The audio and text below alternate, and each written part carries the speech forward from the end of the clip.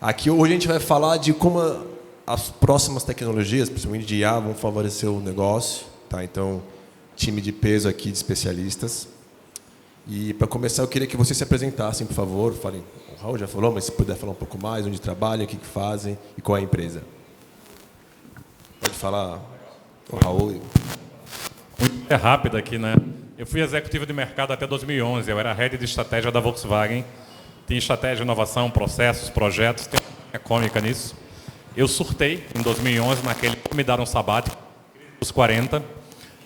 Vou parar por 2 anos. Senti um sentimento de solidariedade, vem assim, no sorriso. E eu parei, e meu sabático de 2 anos durou exatamente 45 dias. Se eu não trabalhasse, eu viraria um serial killer. Então, eu voltei para o mercado, na lógica de sou sócio de um grupo de empresas, trabalho com inovação no mundo hoje.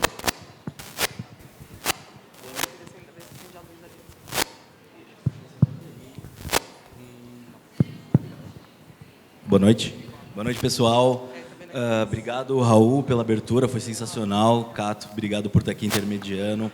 É um prazer estar aqui.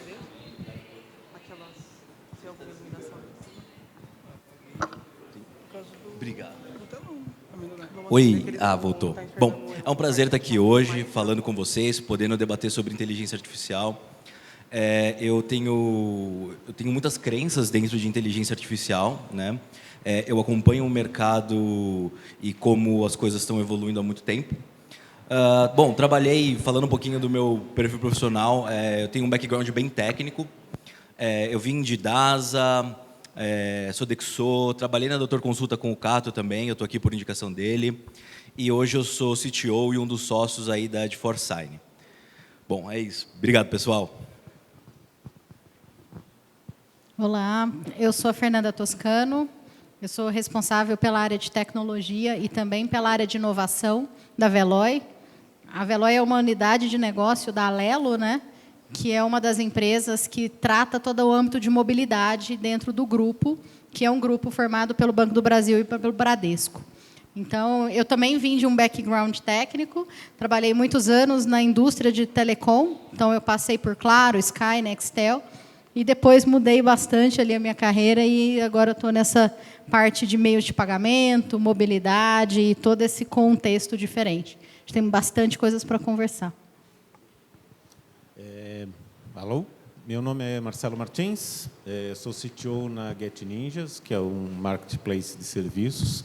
Talvez parte de vocês já tenham usado os nossos serviços. Eu estou na área de TI há 30 anos, mais ou menos. Trabalhando 90% desse tempo com desenvolvimento de sistemas das mais diversas plataformas. E agradeço muito o convite da MIDI e espero também contribuir na conversa. Legal. E eu queria começar esse papo aqui, querendo aterrissar um pouco na utilização de IA dentro das nossas empresas, né? Então, eu gostaria que vocês falassem um pouco de que tipo de IA que vocês usam, se vocês usam, se também se usa onde caberia, mas tenho certeza que de certa forma vocês usam, tá? A de Forçar eu sei que usa, a GetNews também, então pudesse falar, enfim, seja uma tecnologia proprietária ou seja alguma tecnologia que vocês comprem, utilizam, tipo um chatbot. E o Raul podia dar uma palhinha dos últimos projetos que trabalhou, porque eu sei que faz muita coisa. Então pode começando do Marcelo aí em direção ao Raul. Beleza. A gente sim usa a inteligência artificial, acho que o chat GPT, eu acho que a gente está começando a fazer alguns estudos, mas a gente trabalha muito com ciência de dados, então a gente é muito voltada para dados dentro da empresa, a gente toma decisões, né? A tomada de decisão é muito drivada em cima de dados, e em cima disso você tem muito modelo preditivo, muito modelo para tentar entender um pouco melhor o nosso consumidor, as nossas personas dentro do modelo de negócio, e isso acaba gerando inputs para que a gente retroalimente o nosso processo. Então, a gente sim usa, ainda não necessariamente com linguagem natural, que né, essa hype que está agora, mas a gente usa bastante IA para tomada de decisão. No nosso caso, a Veloy ela tem 2 segmentos fortes, né? O primeiro é para pessoas físicas, que aí são as tags de estacionamento, de pedágio e abastecimento. Nessa parte a gente usa bastante para a parte de atendimento, então toda a nossa área de atendimento já usa insights e toda essa parte de informação para atender. E no business de PJ, a gente faz gestão de frotas. Então, o grande mercado que a gente atua ali é venda de dado, né? A gente vende informação para os frotistas e para toda a parte de logística para poder fazer roteirização, também a parte de abastecimento, opções, né? Então, a gente tem até um índice de mercado onde a gente compara se é melhor usar álcool, ou gasolina, ou diesel, como é que é essa flutuação de valores no mercado, regionalizado, por cidade e tudo mais. Uma vez que a gente é um dos maiores cartões de abastecimento, a gente consegue controlar e entender o fluxo de combustível. Então, para isso, a gente usa também bastante informação e bastante inteligência artificial no modelo. Então, em termos de inovação, então, na nossa área ali de inovação, a gente está fazendo vários testes já. Então, a gente trabalha com metodologia de testes AB, onde a gente está vendo como que a gente vai conectar todo esse ecossistema de mobilidade. Porque o nosso grande propósito é reinventar a indústria de mobilidade. Como que a gente faz o mover de um ponto A para um ponto B ser realmente fluido? Como que a gente vai uma parte de metrô e eu posso pegar um carro, eu pego um patinete para fazer o last mile? Como que a gente engloba toda a micromobilidade e faz esse direcionamento, né? Então, a gente já está com vários pilotos nessa linha, onde a gente pega o metrô, ali já tem a bicicleta, a gente já faz integrado, já paga ali, já pega o carro que estava ali no outro para evitar trânsito. Então, como é que a gente monta toda essa logística urbana para resolver o problema de trânsito? Então, aqui em São Paulo é um caos, e eu acho que o grande propósito que a gente tem é como repensar. Então, hoje, quando a gente tenta fazer uma rota, a rota, ele te fala, se você quer ir de carro, se quer ir de ônibus, quer ir de metrô. Por quê? Por que eu preciso escolher? Por que eu não posso fazer partes? Por que eu não posso simplificar e reconstruir essa forma de mobilidade? Então, para isso, a inteligência artificial ajuda muito em todo esse movimento que a gente quer montar como companhia. Legal, Brunão. Legal. Bom, gente, eu acho que do pessoal que está aqui, eu estou na empresa talvez menor e menos conhecida. Eu não sei se vocês já conheceram ou ouviram falar da DeForSign ou já usaram em algum momento. A DeForSign, dando um resumo rápido, é uma plataforma de assinatura eletrônica. Tá? Hoje a gente se posiciona como a maior do Brasil, com mais quantidade de assinaturas por dia e processamento de documentos. Né? Bom, o que a DeForSign faz no final, né? O que uma plataforma de assinatura eletrônica ela faz? Ela garante a legitimidade das pontas. Então, você vai assinar um documento e a gente vai garantir essa legitimidade, que você era você. Para isso, e falando em aplicação de inteligência artificial especificamente, é comum a gente usar muito em produto. Né? Então, na DeForSign a gente usa em produto e também na nossa operação inteligência artificial. Por exemplo, em produto, hoje a gente tem uma parceria com o governo, né? E com essa parceria do governo, a gente tem alguns acessos às APIs públicas e algumas privadas do governo, onde a gente garante a legitimidade também usando as bases governamentais, né? Seja por OCR, na leitura de documentos, seja por Face Match. Né? Uma das possibilidades da DeForSign é você assinar o documento com a sua selfie. Né? E aí a gente também vai nas bases do governo saber se você é você, né? Baseado nas informações que estão ali no contrato. Então, o grande ponto ali dentro do produto, nosso principal produto, que é a assinatura eletrônica, é usar a inteligência artificial para garantir legitimidade. Esse documento é um documento, esse documento é de uma pessoa que está viva, esse documento é uma foto, essa pessoa é quem ela a localização dela faz sentido, não faz sentido. O dono desse documento que os outros estão assinando, ele está correndo algum risco com tudo isso? Essas automatizações que garantem a legitimidade, elas são usadas por uma capacidade classificatória de inteligência artificial. Assim, isso está permeado em 100% do nosso produto. Né? E agora falando um pouco na nossa operação também. Nossa operação, por incrível que pareça, né, é mais incomum a gente escutar que, na minha operação eu uso inteligência artificial. Né? Para quê? Talvez como marketing, como foi dado de exemplo. Hoje a gente usa, por exemplo, no processo de vendas, nas nossas projeções de faturamento, no nosso processo de venda, na capacidade de compreender o potencial dos clientes, das contas que a gente está falando. Então, hoje, a gente tem uma projeção e nossas metas, na GeForce hoje, elas foram baseadas numa inteligência artificial. Então, a gente viu qual era o padrão de mercado, a curva, como o mercado se comportava, a gente criou uma projeção usando inteligência artificial e as nossas metas também são baseadas em inteligência artificial hoje. Então, eu acho que a GeForce não usa só no front do produto, mas a gente usa também bastante na nossa operação. Vamos lá. Tem muita coisa mix aqui, né? Dá para fazer uma brincadeira boa. Fora o que eu brinquei do varejo, né, que a gente faz a observação, a visão computacional, a gente trabalha em varejo também com a lógica que a gente chama de a voz da consciência, educadamente. É uma inteligência que ajuda mulheres e homens que fazem, mas 95% do mercado é de mulheres, venda direta, para que ele consiga fazer a oferta correta de produto para aquele cliente que ela atende. Nível de consumo, o tempo que se consome um produto, quando acaba, o start que tem que dar para oferecer novamente. O que ela fazia na caderneta, a gente faz por inteligência hoje, favorecendo, e toda a interface via WhatsApp, porque não se paga banda mesmo para quem tem pré-pago. Então, tem uma lógica de varejo muito forte. E o outro nicho que a gente trabalha muito é com saúde.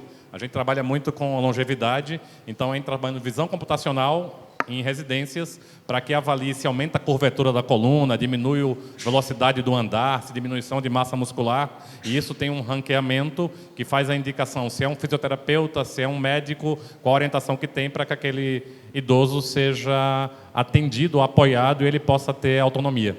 Então tem umas brincadeiras com visão computacional e com lógica de consumo e comportamento. Muito bom, muito bom. Vários cases super interessantes. Eu acho que deve ter muito mais, enfim, end-to-end da nossa operação do dia a dia, a gente deve usar para caramba inteligência artificial. E eu queria aqui, já mudando um pouco de tópico para a adoção, tá? Eu queria perguntar aqui para a Fê, ela falou bastante, cara, dos pontos, os touch points que ela tem ali com os usuários da tag, quais as fotos que vão fazer, como é que a gente vai entender todo o comportamento do nosso usuário. E eu imagino que vocês têm uma operação nesse ponto de vista de captura de dados, gestão de dados bem complexa, né? Eu queria que você falasse um pouco mais, tá, de como é que vocês fazem a curadoria de dados, que é a porta de entrada para qualquer tipo de aplicação de inteligência artificial, né? Sem dados você não tem nada. Como é que é na Veloy a área de dados? Como é que vocês fazem a curadoria? Como é que é a cultura de dados? Hoje a gente tem uma cultura de dados muito forte. Então, a gente acabou de fazer a migração tecnológica de toda a nossa estrutura de dados para a Azure. E a gente hoje tem uma área que trata todas as frentes de engenharia de dados, arquitetura, toda a governança de dados ali. E dados, assim, é o que eu brinco. Todo mundo fala que dados é o novo petróleo, né? Eu não acredito. Para mim, a informação é. Então, acho que dado por si só, ele não traz nada. Eu acho que o grande insight que a gente tira lá é como que a gente realmente pode ler. Não adianta nada eu ter todas as informações, eu ter tudo ali normalizado no meu lake, mas a gente não ter realmente os cientistas de dados olhando. Então, assim, para a gente, toda essa frente, ela traz bastante inovação. Então, dentro da nossa estrutura, a gente tem hoje ainda 2 lakes, então eu tenho um para pessoa física e um para jurídica. É um dos nossos grandes goals, é quando a gente juntar essas duas coisas. E dentro dessa estrutura, a gente tem uma área que fica dentro da área de marketing e eles que fazem toda a inteligência de dados ali. Então, assim, a gente tem dados desde quando a pessoa passa no pedágio. Então, não sei se vocês sabem, todas as passagens, a gente tem fotos, o registro ali, a captura é feita por ACR. Então, a gente tem muita informação de passagem e isso é muito rico. Eu sei quem vai no shopping, quanto tempo ele demora, como é que isso faz. Dado todo o tema de LGPD, a gente não usa nenhum dado anonimado, é tudo anonimado. Então, a gente consegue tirar insights sem saber de quem. Mas, com base nisso, a gente já está criando novos produtos de dados, de entender comportamento humano. Então, a gente está estudando sobre quantas frequências que vão em cada lugar, como é que está a migração das pessoas, a interferência disso com a chuva, como é que vira a dinâmica de um shopping num momento desse. Então, tem muitos insights que a gente consegue coletar das informações que a gente tem hoje. Então, hoje a gente já tem, sim, um time de produtos olhando toda essa frente para realmente trazer esses insights e novas tendências de como que a gente resolve os problemas que as pessoas ainda não sabem. Então, hoje eu tenho um time que ele trata, que é o que a gente brinca, os problemas que a gente já conhece, que todo mundo já tem, as dores existentes, e eu tenho um time que trata dores inexistentes que ninguém percebeu ainda. E como que a gente lê isso? Através das informações que a gente coleta. Boa, boa, boa. É super interessante, porque, assim, né? Muita empresa falou, quero adotar IA, quero trazer para o meu business, quero inovar, mas sem uma curadoria F, assim, de dados, não vai. Marcelão, vocês estão ali colocando inteligência para fazer o melhor match prestador de serviço cliente, né? E tem muita inovação ao redor disso para ser feita. Tá? Eu imagino que você deve ter um backlog gigante. Mas uma outra dificuldade de IA é você ter espaço para poder testar coisas novas e poder inovar e coisas nesse sentido, né? Como é que é para vocês? Vocês têm essa abertura na companhia de vocês? Vocês têm o apoio, né? O conselho, o top management está back em vocês, assim, ou é sempre alguma coisa difícil, mais friccionada? Como é que é esse processo de implementação de IA na Get Ninjas? O apoio é total. Acho que assim, inovação é o nosso dia a dia. A gente tem um processo muito grande de tracking e de consumo desses dados, um pipeline de dados bem maduro, e ele gera muito input. E, a partir disso, a gente consegue fazer muito teste AB também. A gente tem um mercado grande, então é mais fácil da gente fazer um AB controlado ali.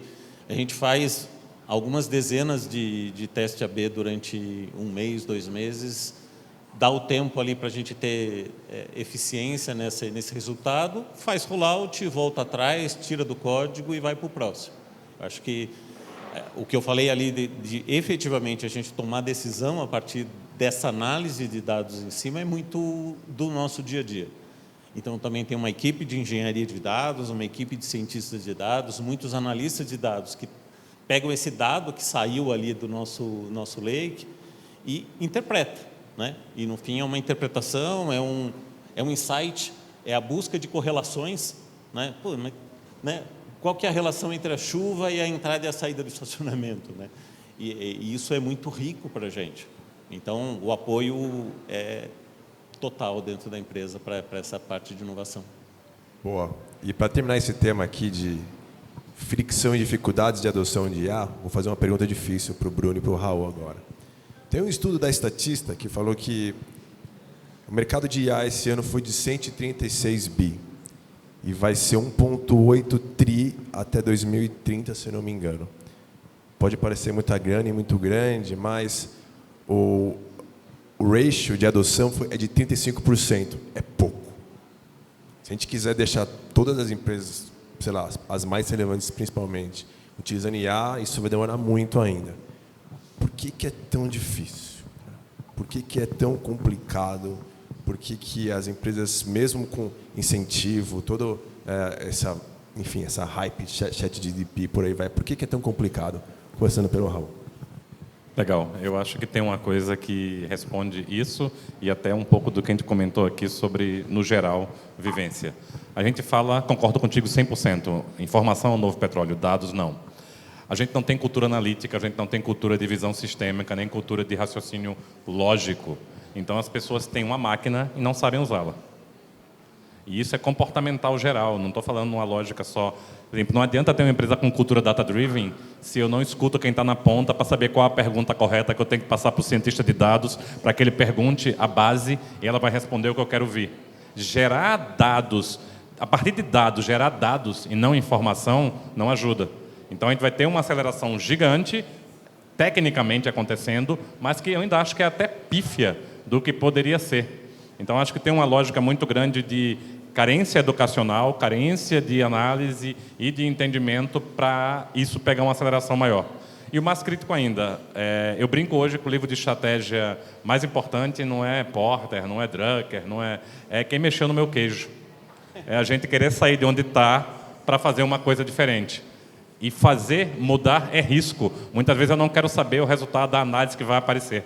Talvez aquilo me force a fazer uma mudança de negócio, até pivotar o negócio que eu não quero. Então, tem uma barreira ainda de conhecimento, de maneira de pensar, de modus operandi, e de as pessoas entenderem que IA não está na tecnologia, e sim em todas as informações trocadas em todos os níveis da empresa. Isso acontecendo, eu consigo usar a máquina e acelerar. É mais ou menos como ter uma Ferrari e colocar um tacômetro. Só vai conseguir correr até 80 por hora. A gente vai passar por isso. Tem uma mudança comportamental grande para vir da frente. Bom, legal. Acho que o Raul falou um pouquinho da parte cultural, né, de como a gente compreende inteligência artificial para fazer sentido dentro das nossas instituições. Vou falar no outro ângulo, tá? Eu vou falar um pouquinho aqui de uma pergunta interessante, né? O Cato falou ali que 35% de adoção é a média das empresas com o IA, né? Quem hoje tem uma área de inteligência artificial que consegue integrar uma IA generativa como o ChatGPT? É difícil, né? Gente, a gente sabe aqui, vocês sabem aqui, que é difícil contratar data sciences, principalmente data sciences de qualidade, que é difícil manter a gestão de uma área de dados, porque é uma área que sempre falta e sempre tem vaga aberta, né? Bom, o que eu vejo de adoção de futuro de inteligência artificial olhando para a operação, né? Primeira coisa que eu entendo que a gente tem que se focar um pouco em mudar a cultura, mas dar suporte para que isso seja feito, né? A gente não tem a quantidade... vou dar uma estatística aqui, se não me engano, é de 2020. De cada 10 PhDs focados em AI, o Google contratava 8. Como que você vai competir ali com o Google contratando os principais PhDs de AI para ter uma alta adoção de AI na sua empresa? Isso é realmente difícil. Eu entendo que a gente tem um mercado que está apontando para muito potencial, mas como cresce exponencialmente, como o Raul falou, a gente não está tendo a capacidade de conseguir adotar isso porque está faltando mão de obra. Eu vejo bastante isso. Está faltando mão de obra. Então, eu acho que assim, eu acredito que a gente precisa muito usar as empresas que têm a ponta como tecnologia e como produto final para a gente fomentar isso e patrocinar também o aprendizado, a exploração de dados e mudar um pouco de cultura, né? Eu acho que, por exemplo, a OpenAI, que fez o ChatGPT, ela ficou 6 anos incipiente com os investidores injetando dinheiro, e agora a gente está vendo o ChatGPT. Realmente, inteligência artificial é algo que, às vezes, é subjetivo, o retorno de investimento pode demorar um pouco mais que o usual, mas a gente vê hoje, e talvez dê tempo de falar, mas eu acredito que ela pode permear muito mais coisa do que permeia hoje. Eu acho que, comparado à década de 80, 70, que os primeiros modelos preditivos ali foram pensados computacionalmente, porque algoritmicamente, matematicamente já existiam, eu acho que a gente evoluiu muito, mas eu acho que por uma necessidade de mercado a gente pode evoluir e fazer isso permear muito mais. Cara, e você falou esse dado eu já li esse dado dos PhDs que o Google contrata 8 de cada 10. E é difícil, cara, porque, além de tudo, tem todas essas barreiras que vocês disseram sobre a adoção de IA, e é caro. É caro pra caramba, e nós, em países... toda essa adoção de IA em países de desenvolvimento é menor ainda, né? A gente nem começou. E já puxando um pouco para esse tema de custo, o Morgan Stanley soltou um estudo que ele calculou mais ou menos o custo de uma busca do Google. Estava em 1/5 de centavo de dólar. E o custo de busca do ChatGPT era 25 centavos de dólar, bem mais caro. Eles fizeram uma conta de padeiro, obviamente, que eles tinham todas as informações. Se o Google já trocasse a busca dele pelo Bard, né? Bard do Google, né? Ia ter um impacto de 15% na margem líquida. É gigante, gigante, gigante, gigante. Assim, o quão próximo a gente está, queria puxar aqui, né? Pô, Marcelo e Fernanda utilizam pra caramba os dados, tá? quão próximo a gente está de ter alguma coisa mais barata, e como é que a gente pode ser criativo para romper esse problema de tudo ser muito caro, de ter que contratar um cientista de dados caro, de eu ter que ter uma área de inteligência artificial, que nem o Brunão falou. Quais são os malabares e qual é a criatividade que a gente pode usar aqui nos países menos desenvolvidos, tem menos investimento, menos VCs e por aí vai, para conseguir acompanhar essa onda? Vamos começar pela Fê? Vamos lá. Eu acho que também tem um mito ali, né? Eu acho que tem muitas coisas simples que a gente consegue fazer muito rápido. Vou dar um exemplo bem simples. Estava sentada ontem com o meu time de arquitetos, a gente montou uma POC ontem. O que a gente fez? A gente exportou nossa página do nosso FAQ, a gente entrou no nosso site, pegou todas as páginas do nosso FAQ e gerou um PDF. Quando a gente fez isso, a gente entrou no ChatGPT, colocou um códigozinho para ler todos esses PDFs. A partir daí, a gente importou, demorou 10 segundos. A partir daí, a gente começou a perguntar, o que é tag? Como é que eu instalo a minha tag? Como é que faz o seu quê? E ele já começou a responder, tag é isso, é aquilo, já de forma criativa, claro, porque o chat não responde de forma objetiva. Então, eles já começaram a criar e tal. E foi tão curioso para a gente que algumas sacadas de algumas perguntas que a gente fez foram dando insights. Eu falei, então, até para a gente inovar, a gente pode usar a inteligência artificial, e de graça.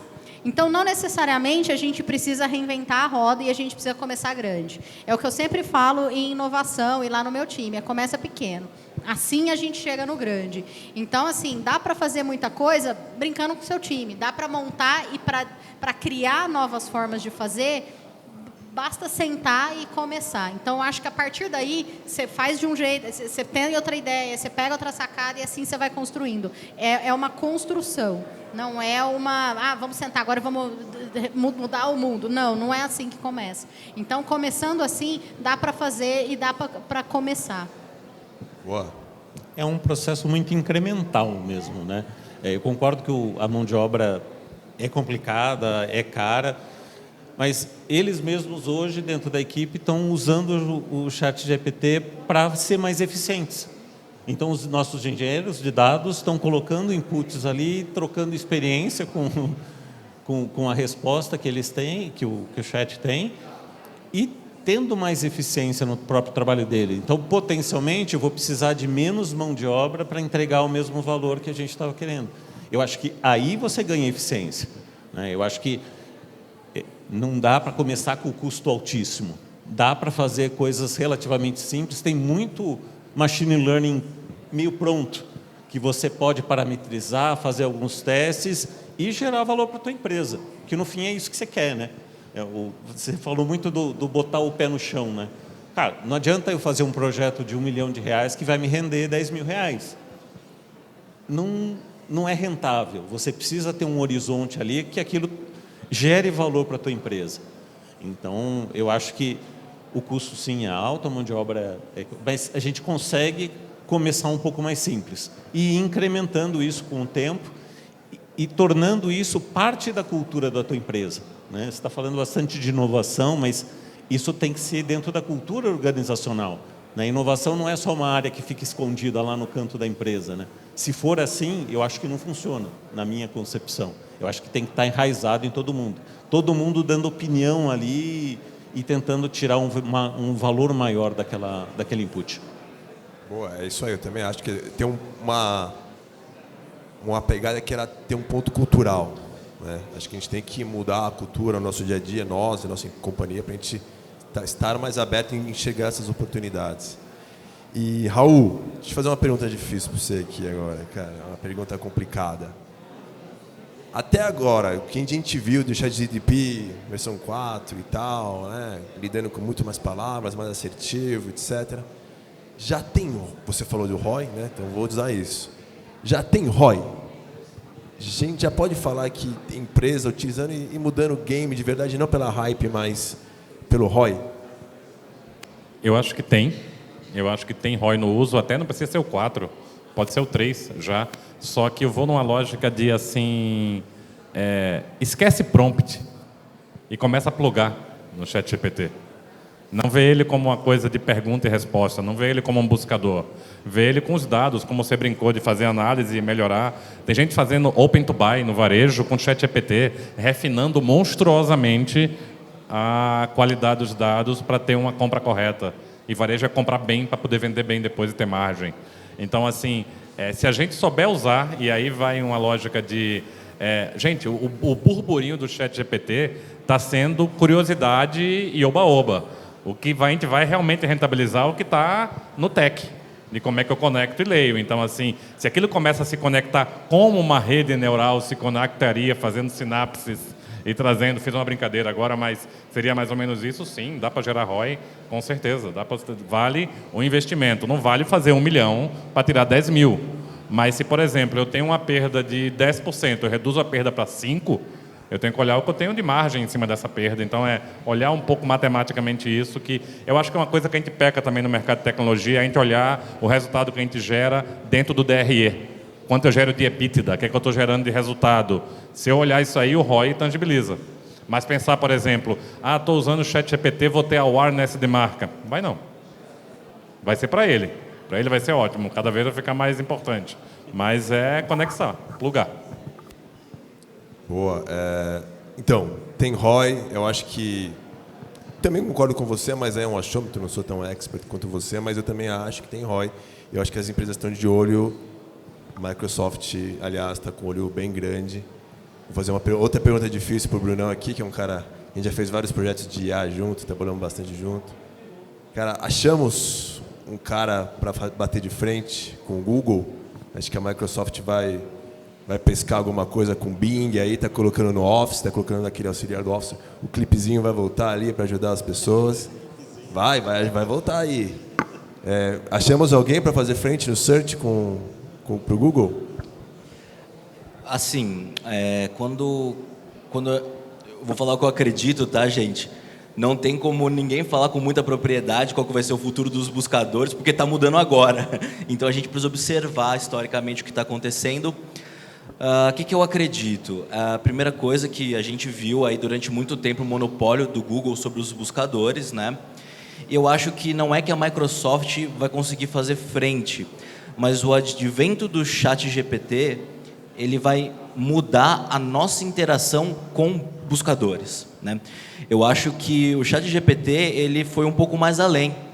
Ele não é uma ferramenta que, o Bing vai ser mais usado agora, o Bing Chat, né? Não sei se vocês testaram também, o Bing Chat é muito louco, né? O Bing Chat, ele é usado com a tecnologia do ChatGPT. O Bing Chat, o Bing vai ganhar do Google. Eu não acho que isso vai acontecer. Eu acho que a gente vê a Microsoft na frente de um novo padrão comportamental da nossa interação com o conteúdo digital. Tá? Porque eu assino o ChatGPT Plus, estava conversando aqui da versão 4, que está com um pouco de bug aí, né? Se a OpenAI me escutar, corrige aí, OpenAI, estou pagando $20. E assim, por exemplo, eu uso menos o Google. Eu procurei hoje, antes de vir para cá, eu falei com o ChatGPT lá, me dá trending topics aí que eu posso usar e keywords que eu posso usar na discussão sobre AI. Não usei nenhum que ele falou, mas ele trouxe muita coisa legal, entendeu?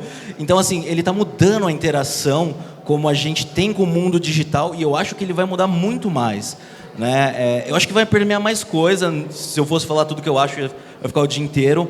E realmente acredito que a Microsoft está norteando isso. Ela foi muito mais rápida, eles entenderam o potencial muito mais rápido.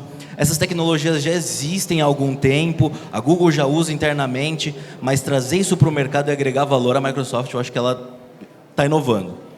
Claramente, verdade. Claramente o Google já tinha essa tecnologia há um tempo aí. Estava só segurando por, enfim, motivos estratégicos que seja. Deixa eu mudar um pouco aqui o tópico. Tá? É um tópico um pouco mais chato, mas bem relacionado com o IA. A gente está vendo a PL 2021 aí, enfim, vários caminhos aí para a gente regular a utilização. Eu quero ver a opinião de todos, tá? A gente tem que regular a IA. Se a gente tem que ir por alguma coisa mais para lidar com princípios, ou a gente tem que ser mão forte? A gente precisa ter um órgão regulador igual a NPD. como é que vocês estão acompanhando isso? O que vocês acham? Como é que a empresa de vocês e o setor, mais com o Raul, está olhando isso? Vamos começar aí do Raul até o Marcelo.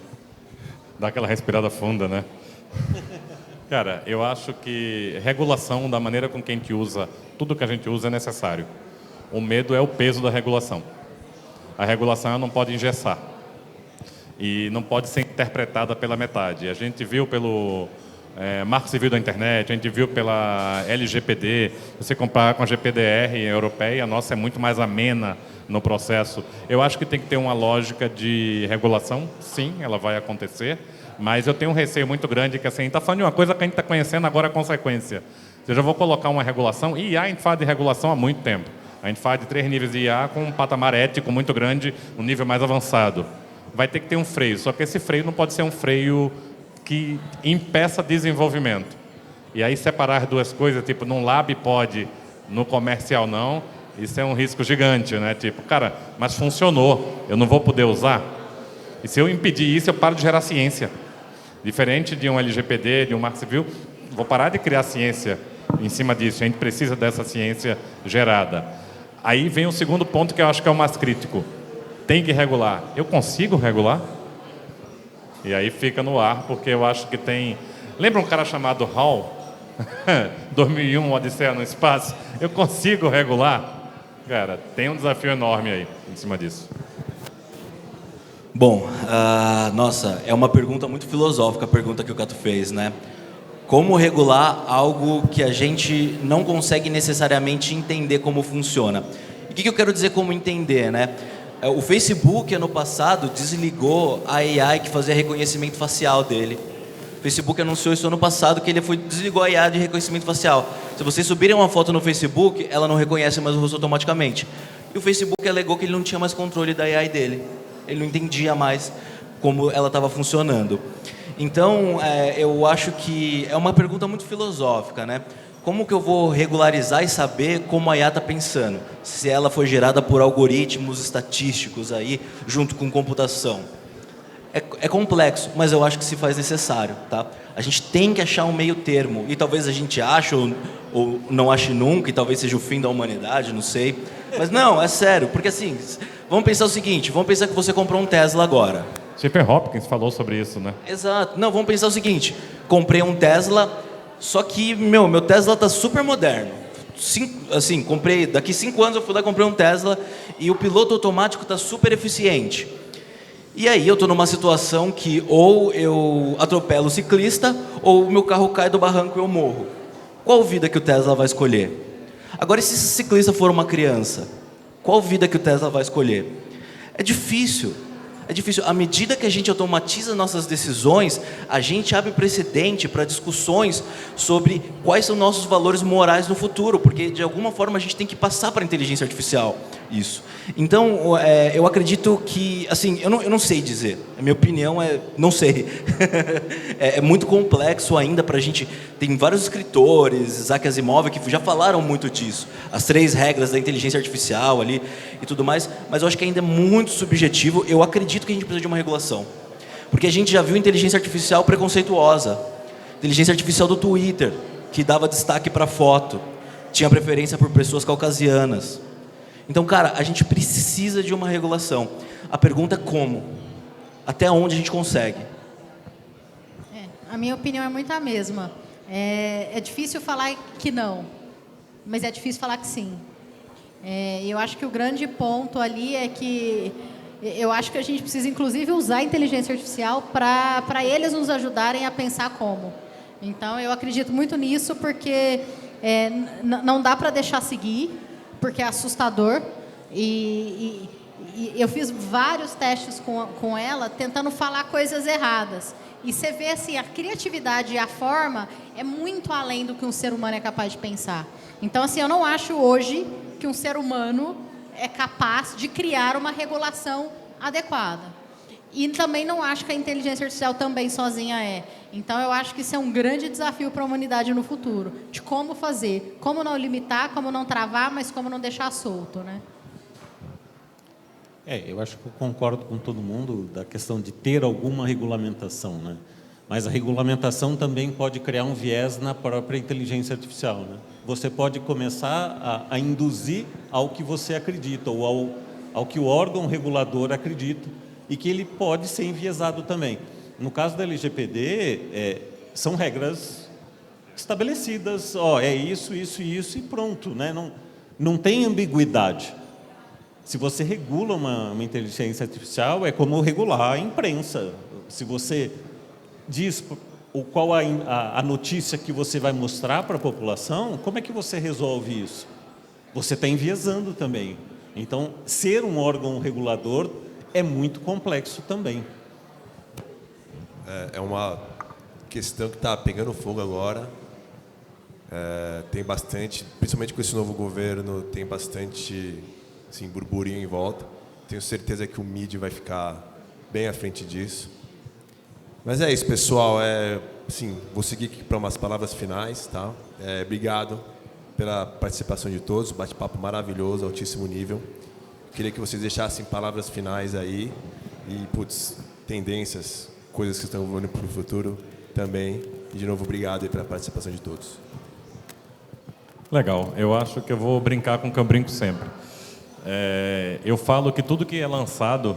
Tem um grande amigo, Paulo Pedó, ele é CEO da Melissa, da Grendene, e ele é o head do Bergamota Labs, que é o laboratório de inovação. Ele fala, Raul, tendência que eu não acompanho vira pendência. Eu disse, Paulinho, você consegue acompanhar tudo? Ele, acompanhar eu consigo, eu não consigo executar, mas eu acompanho. Então eu brinco muito isso, experimenta, tenta, brinca, faz a brincadeira que ela fez, conecta. É muito mais fácil de fazer isso do que era solidariedade, né? Que eu vi que tem pessoas que riram quando eu falei, cara, brincar na minha época só no laboratório com mainframe, né? Eu falo na minha época, parece que eu morri, não, mas na minha época que eu aprendi tecnologia, não tinha essa possibilidade. Hoje está na palma da mão. Eu tenho o ChatGPT pago também, eu faço a brincadeira. Cara, vale o conhecimento. Então se joga para conhecer o que está acontecendo. Não escuta só, vivencia. Importantíssimo.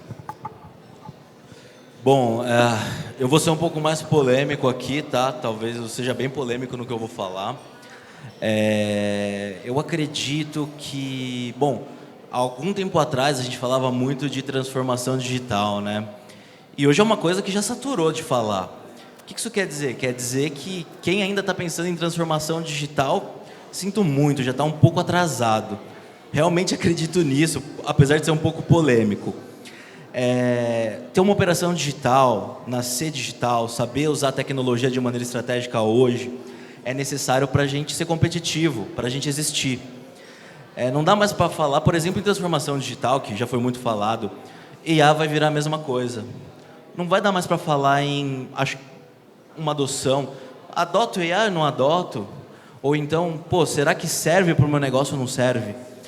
Vai chegar um ponto que negócios que aplicam AI, seja de forma mais incipiente ou de forma mais complexa, eles vão ter uma distância tão grande do resto do mercado, como, por exemplo, aconteceu com a Revolução Industrial lá na Inglaterra, que quem não tiver próximo disso tende a morrer.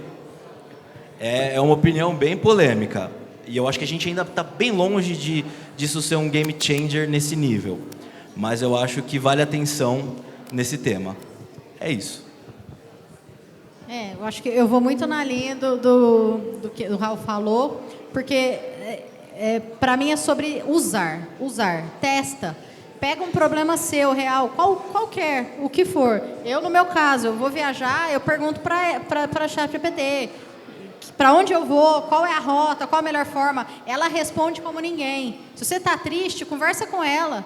Pergunta para ela, como é que eu faço para ficar melhor? Como é que eu faço para rir? E ela te faz rir. E você só vai ter essa percepção se você usar. Então, assim, pega um contexto seu e usa. A partir daí, os insights vão vindo, as formas de usar vão vindo, vocês vão vendo que é muito simples, é para qualquer um e todo mundo consegue participar. Na hora que você entra na onda, o resto das portas se abrem. Então, assim, usa num contexto pessoal. A partir daí, o resto vai vir como consequência.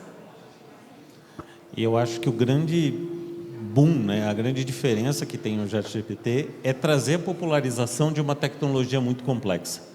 Então eu vejo pessoas zero ligadas à tecnologia interagindo e sabendo do assunto.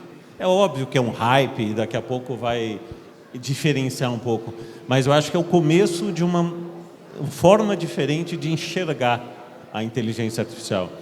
Então, eu acho que tem que experimentar, tem que regular, mas a oportunidade que a gente está dando para todo mundo interagir de uma forma diferente faz muita diferença. Eu acho que é uma tendência que vai se consolidar muito. A gente viveu várias revoluções, né? Toda grande revolução vem meio amaldiçoada, né?